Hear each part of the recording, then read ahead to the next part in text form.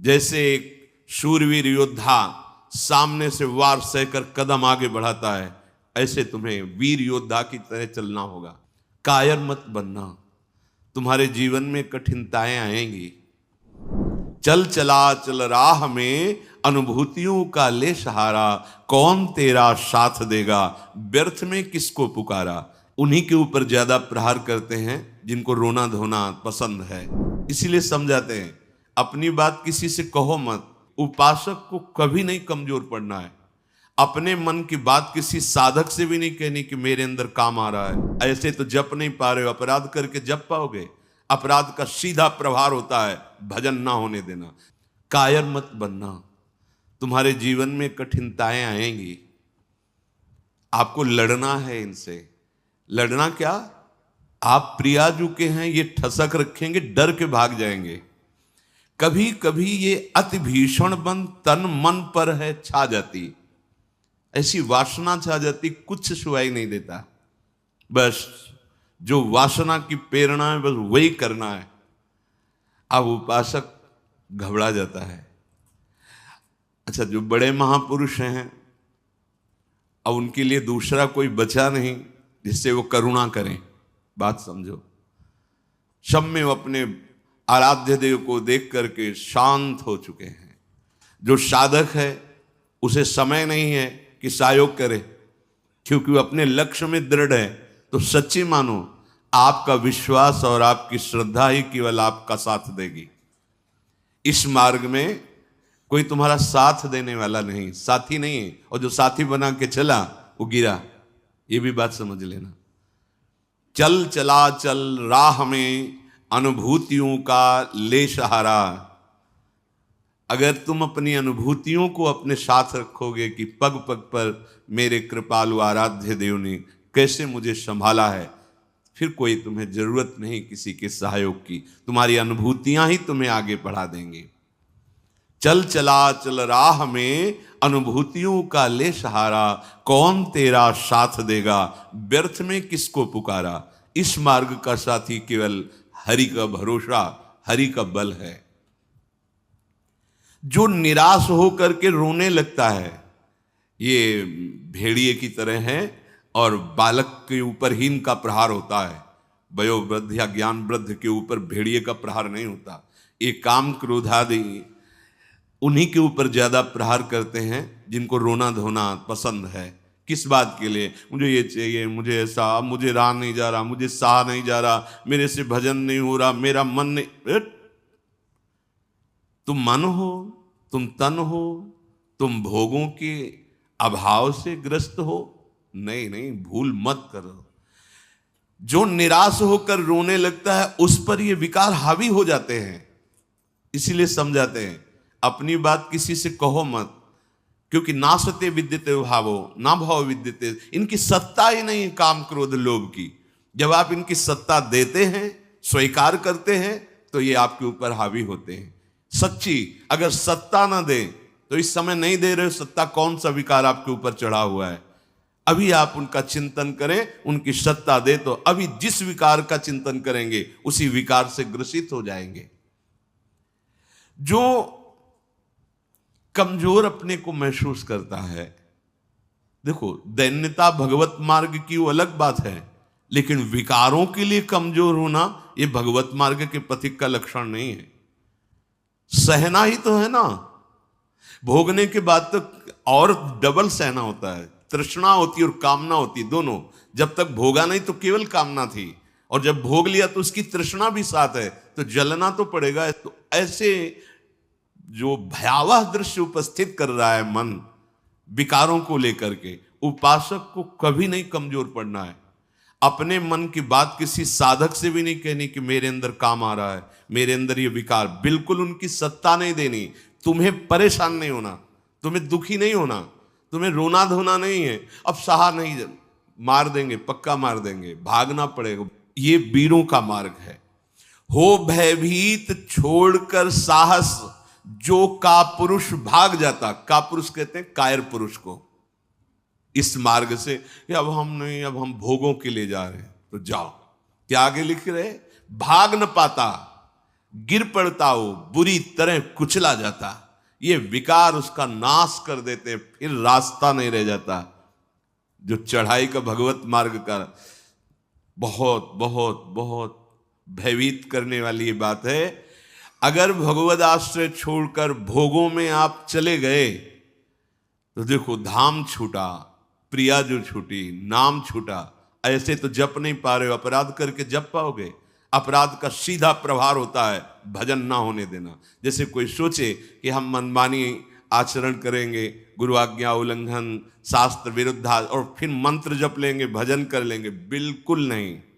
एक बार भी निज मंत्र स्मरण नहीं कर सकते, एक बार भी आप भगवत स्मरण करने का अधिकार नहीं रख सकते। पापवंत कर सहज स्वभाव, भजन मोर ते भाव न काऊ। जो पे दुष्ट हृदय सोई होई, मोरे सन्मुख आओ की सोई। लड़ना है, बड़ो ही कठिन है भजन ढिग ढरिबो।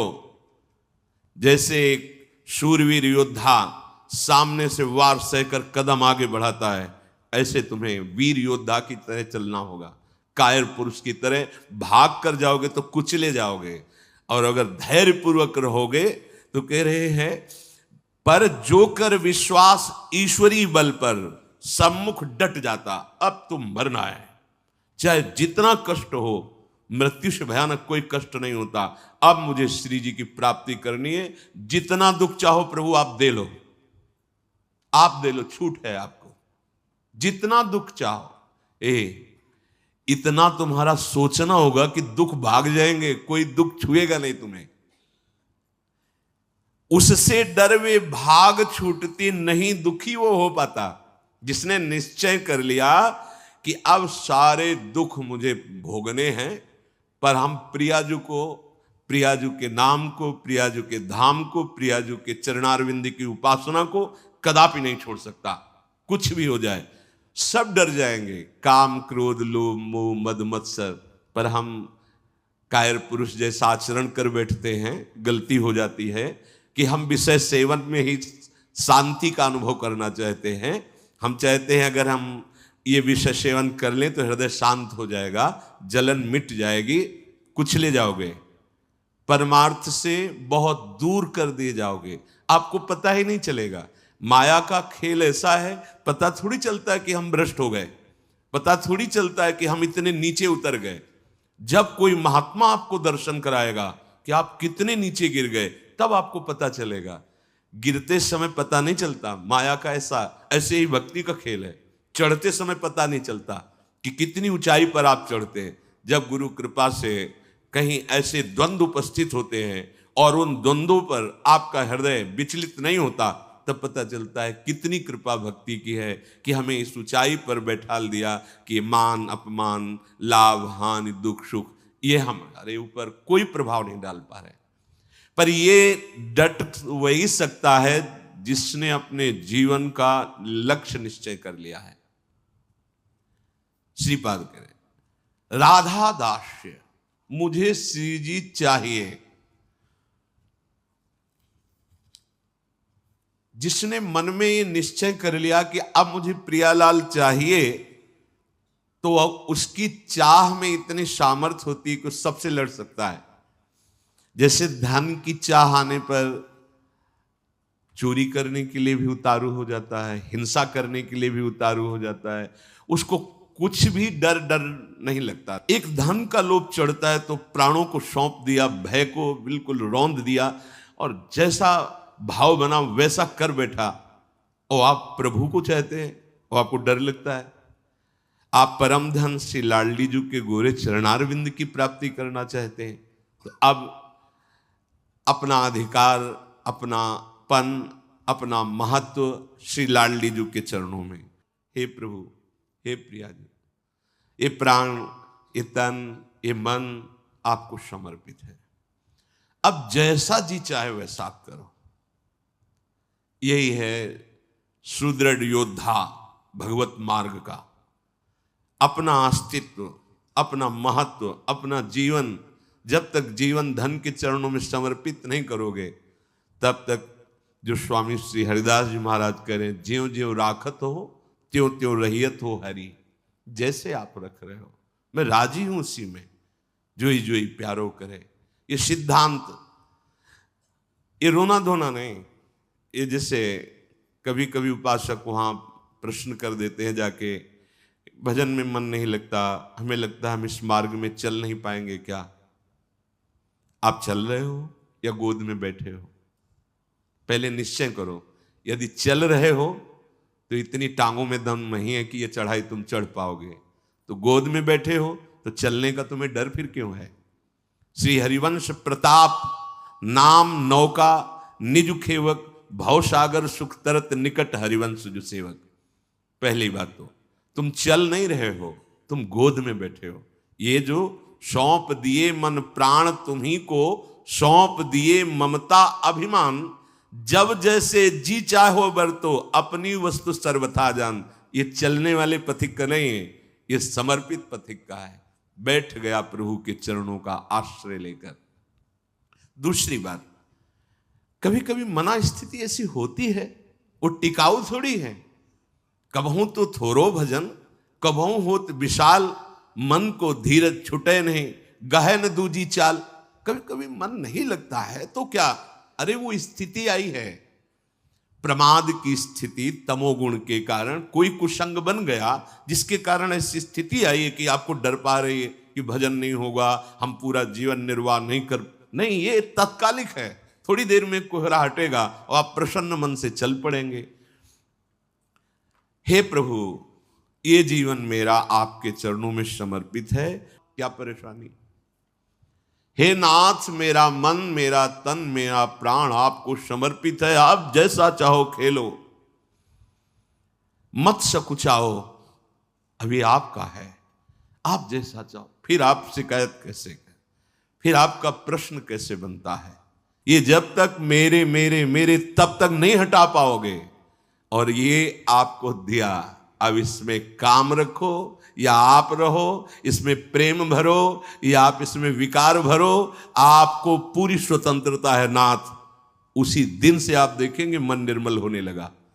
क्योंकि जब तक अहंकार रहता है तभी तक ये सारे विकार आक्रमण करते हैं। अहम प्रभु के चरणों में समर्पित हुआ कि वो दिव्य निर्मलता, दैवी संपदा के भागवतिक सद्गुण अपने आप आने लगते हैं। जिस समय आपको मान अच्छा लगे, अपमान दुखित, तो समझ लो आपका अहम अभी समर्पित नहीं हुआ। उपासक का जब अहम समर्पित हो जाता है तो मान अपमान सुख दुख से अब मेरा रहा न कुछ संबंध। तुम ही मेरे कैवल्य परम पद हो और बंधन है तो सिर्फ आपका ही बंधन है। ये आप ही हमारे मोक्ष हो, आप ही हमारे बंधन हो, आप ही हमारे साधन हो, आप ही हमारे साध्य हो। आपसे ही सब कुछ है अब हमारा। अभी अभी निश्चिंत हो जाओगे, अभी निश्चिंत हो। आपको क्या परवाह? जब आपने अपने आप को प्रभु के चरणों में समर्पित कर दिया तो अब जिम्मेवारी प्रभु की है। पर आप समर्पित वाणी से केवल कह रहे हैं, अभी अहम है। आपको पता लग रहा है कि भगवान पता नहीं संभालें कि न संभालें, गति बनेगी कि नहीं बनेगी, पता नहीं लाभ मिलेगा कि नहीं। ये शरणागति का लक्षण नहीं है। छूटे सभी अन्य आश्रय, अब मिटे सभी संबंध अनित्य। ये जो अनित्य संबंध है, हम लोग समझते हैं कि बाहर से बाबा जी बन जाने पर छूट जाते हैं। भ्रम में मत रहना, ये किसी कपड़ा बदलने से छूटने वाले नहीं है। ये अंदर की बात है। जो जड़ चेतन का संबंध है, ये अंदर का संबंध है। बाहर का घर छोड़ दिया, बाहर के संसारी कपड़े छोड़ दिए, बाहर का भाव दिखाते कि हम वैराग्य से हैं, लेकिन अंदर की बात देखो। संबंध अगर प्रभु के अलावा किसी और से है, वो क्यों न तन हो, वो क्यों न कोई विषय हो, क्यों न कोई सुख हो, चाहे लोक लोकांतर का कितना भी बड़ा सुख हो या सिद्धि हो, वो अभी राग रहित नहीं हुआ है। पूज्य श्री पंडित गया प्रसाद जी महाराज, बड़े पहुंचे हुए महापुरुष जो निरंतर भगवान की लीला में डूबे, वो कह रहे हैं चिंतन संबंध का बोध कराता है और संबंध ही चिंतन में स्थित रखता है। अब आप देखो आपका चिंतन क्या चल रहा है। महापुरुषों के वचन है। चिंतन आपका जहां है, आपका संबंध वही है। अगर प्रियालाल का चिंतन चल रहा है तो प्रियालाल से संबंध है। शरीर का चिंतन है, इंद्रियों का, भोगों का, वस्तु का, व्यक्ति का। ध्यान दीजिए, आपका संबंध जहां होगा वहीं चिंतन होगा, और जहां चिंतन होगा वहीं संबंध माना जाएगा। आप कहते हैं हमारे माई श्यामाजू का राज, कहां चिंतन है आपका? शीघ्रातिशीघ्र चिंतन को संभालिए। यदि कोई भी लौकिक कामना रही तो एक ना एक दिन गिरने पड़ेगो। पूज्य बाबा कह रहे हैं, अगर कोई भी लौकिक कामना आपके अंदर अभी, तो वो गिराएगी, आपको गिराएगी। इसलिए यासों कामनान को ढूंढ ढूंढ के निकाल फेंके। देखो अपने चिंतन में कौन सी कामना बहुत जोर कर रही है, प्रभु के नाम बल से उस कामना को छोड़िए, उसमें सुख नहीं है। उपासक जब तक सत्यता से इनकी तरफ ना चले तब तक ये कामनाएं अपना अधिकार रखती हैं। जहां सत्यता से चलने का भाव आया तो ये स्वतः ही कामनाएं नष्ट होने लगती हैं। उद्देश्य में दृढ़ता, सत्यता, तो सतमार्ग आगे को खुल जाएगो। सब बानक बनतो चलो जाएगो, सहायक मिलते चले जाएंगे। कुछ प्रश्न करते हैं, क्या नरसिंह जी जैसा प्रेम कई जन्मों की साधना के बाद होता है? पूज्य बाबा से, नरसिंह जैसा प्रेम क्या एक जन्म में नहीं हो सकता है? बाबा ने कहा हां, हो सके है, यदि सच्चे सदगुरु की प्राप्ति हो जाए तो। क्योंकि सदगुरु कृपा दृष्टि सेवाकों प्राणनाथ के मिलवे की ताई रोएबो सिखाए दे। क्योंकि प्राणनाथ ही स्वयं श्री सदगुरु बन के मिलवे को जतन बताए हुए आए हैं। बहुत सुंदर बात, बहुत सुंदर। हम कहते हैं गुरुर ब्रह्मा गुरुर विष्णु गुरुर्देव महेश्वरा, गुरु साक्षात परब्रह्म, लेकिन देख नहीं पाते। अगर हम परब्रह्म भावना सदगुरुदेव में करें तो हमें साक्षात्कार किसका करना है? हम रात दिन चकोर की भांति अपने आराध्य देव को ही तो देख रहे। पूज्य बाबा श्री प्राणनाथ स्वयं सदगुरु बनिके मिलवे को जतन बताए हुए आए हैं। अपने मिलवे को जतन बताए हुए आए हैं। देखो प्रिया प्रीतम, ये संसार की वस्तु की तरह कोई चमत्कार कि भाई ऐसे किया प्रिया प्रीतम, ऐसो ना है। ये चमत्कारन में जो फंस गए, जो सिद्धिन में फंस गए, वो तो जान ही ना पावे प्रिया प्रीतम को। यह अलभ्य वस्तु है, ये गूंगे को स्वाद है। बस प्राणनाथ कब मिलेंगे, प्राणनाथ कैसे मिलेंगे, मैं संसार को कैसे भूलूं, ये हृदय में टीस जो कल चर्चा कर, ये गुरु कृपा से केवल होती है। एक पीड़ा हृदय में होनी चाहिए। साधन नहीं बताया, यहां बताया कि अगर भगवत प्रेमी सदगुरुदेव भगवान की प्राप्ति हो जाए, उन पे दृढ़ विश्वास हो जाए, क्योंकि वो अपने मिलवे के ताई ही गुरु रूप धर के अपना रहस्य बताने आए हैं। एक सेकंड के ताई भी अपने आराध्य देव को ना भूले।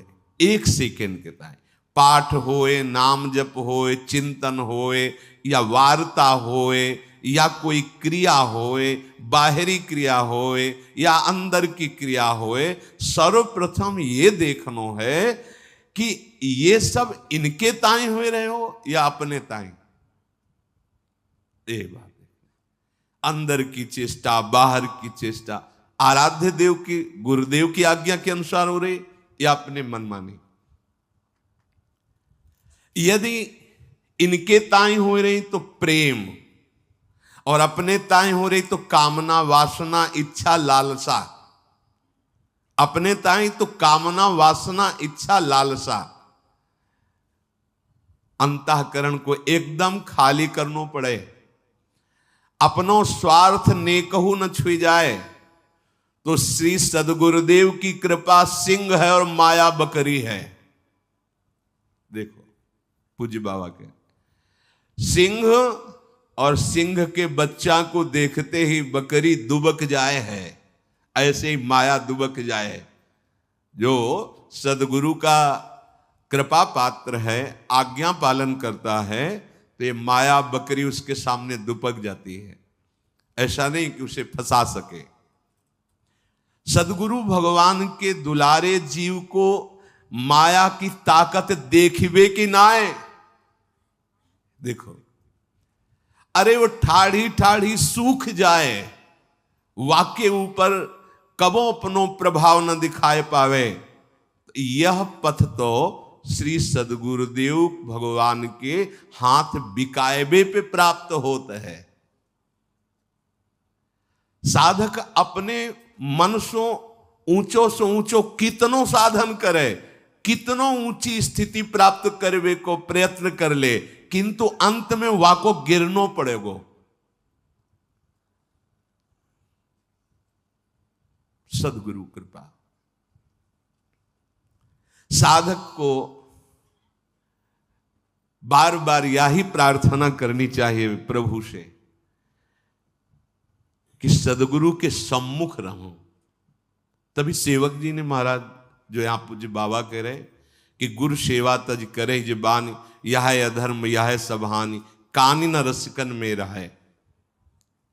प्रभु से प्रार्थना करनी चाहिए कि हे प्रभु कभी ऐसी परिस्थिति न हो कि मैं गुरु विमुख हो जाऊं, सदगुरु से विमुख हो जाऊं। देखो किसी भी महापुरुष के हृदय की स्थिति को जानने के लिए उस कोटि का हृदय होना चाहिए। तो हम उनकी पहले बात माने, उसके अनुसार चलें, तो हमें स्थिति का पता चल जाएगा। फिर हमें कोई संशय नहीं रहेगा, कोई भ्रम नहीं रहेगा।